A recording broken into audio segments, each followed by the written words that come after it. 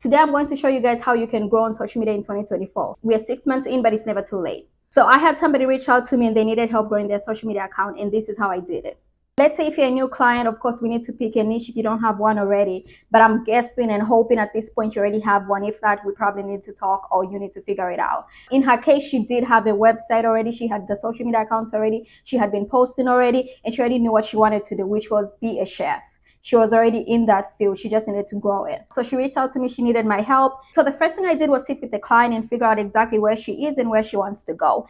I'm going to bring up Sacred because a lot of people have been talking about it a lot lately and saying that it's going to flop because there are certain things that B is not doing. But my mom also said that they had a bunch of marketing agencies and other agencies were telling them that B needs to be the face of the brand, and they didn't want that, so they got rid of them. And that's why it's important to listen to your customer. If they don't want to be the face of the brand, they don't have to be the face of the brand. If you're really good at the marketing, you will still be able to make them a success without them being the face of the brand. It's not a requirement. It's one of many ways you can market a brand.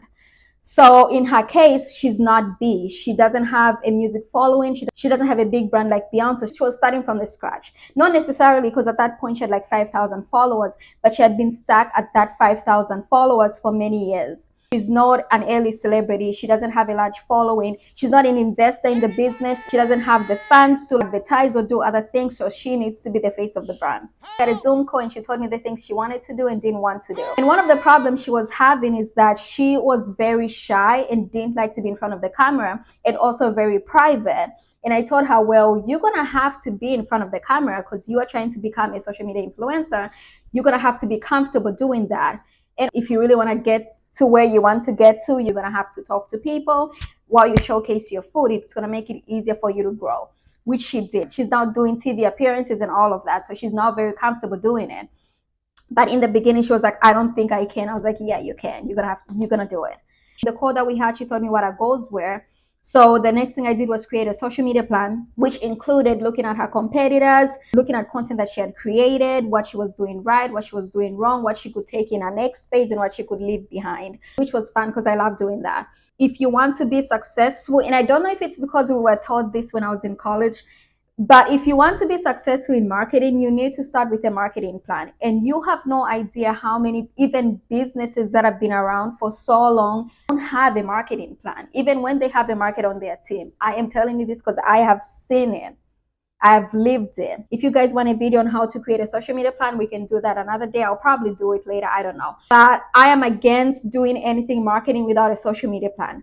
I decided to get back into content creation, and the first thing I did last week was create a social media plan that outlines everything that I need to do. That if you don't know how to create one, hire a marketer who can create one for you, or figure it out. I don't know. It's really up to you. If you have the funds, hire somebody to do it.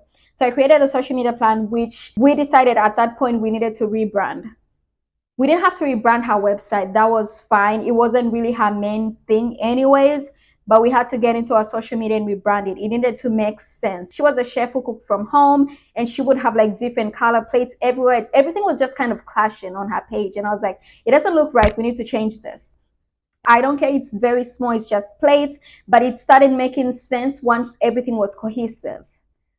Next thing that I did for her was figure out her target audience, which was done in the process of creating the social media plan. I'm going to use Sacred again. People have been complaining about Sacred, saying it's going to flop because the packaging is not pretty enough and it's too expensive. So part of this is you figuring out your target audience. Don't try to target everybody. There's 8 billion people in the world. Not everybody is your customer. Not everybody is going to be your customer. Let's say Sacred has products that are like $42. The packaging is too boring because it's not bright enough, which is okay. It does make sense for the audience, the type of people that she's trying to attract. The type of person who can afford a $42 shampoo probably doesn't care about a bright bottle in their bathroom.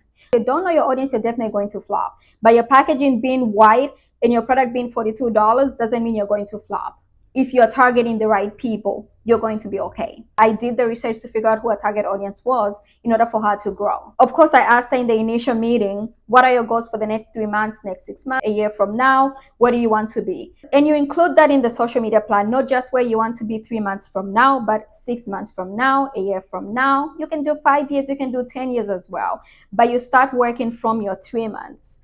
You want to get to your 3 months goal before you get to your 6 months goal.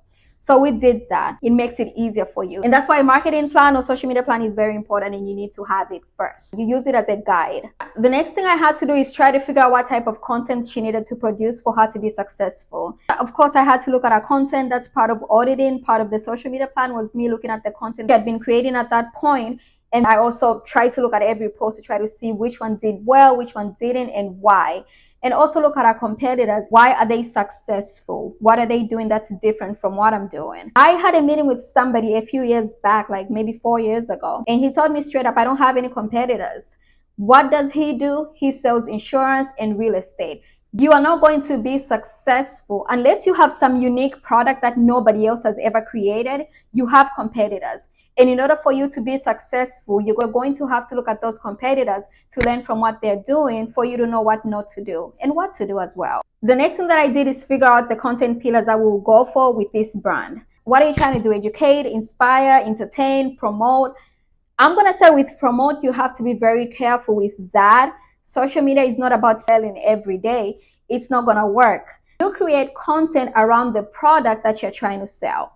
So just be careful with the promotion. Don't overdo it. It shouldn't be the main thing that you're doing. Like, it's really not going to help you grow. People are not on social media to buy. They're there to watch things that are inspiring, that educate them, that entertain them.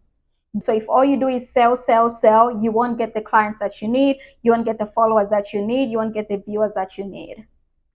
So stay away from that. Make it like 30% of your content, not 90% of your content. You're not going to win. So we did figure out exactly what content pillars would work for her, and they've been working for her. I'm so very proud of her because she listens. I love people who listen, because then you succeed. The next thing I did was SEO strategy. And there are tools out there that can help you, but they're usually very expensive. You can use Keyword Planner. You can use the actual social media platforms that you are going to be posting on to figure out exactly what people are searching for. Because you want to create content that people are actually searching for, not just anything. You want to pick a niche that's exciting for you, because it's going to make it easier for you to create content. But you also want to create content that the viewers are going to like, which means you're going to be searching for the right keywords. When they search that keyword, it will land them on your content.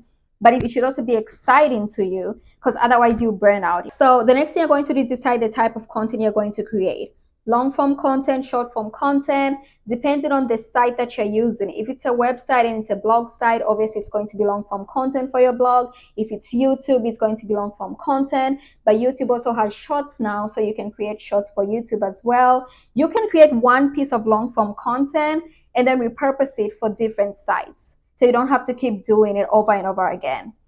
But it's very important for you to know the content that works for each site, so that people can actually sit and watch through the end. Because they don't want people to watch 3 seconds of it and leave, and you created a 30-minute video for Instagram and it doesn't work for Instagram. So you have to be careful, and you have to know what type of content you're creating for that audience on whatever platform that you're choosing to create content on. Speaking of that, if you have to be your own social media marketer who has to create your own content, come up with ideas, film it, edit, and all of that, don't try to be on every social media platform.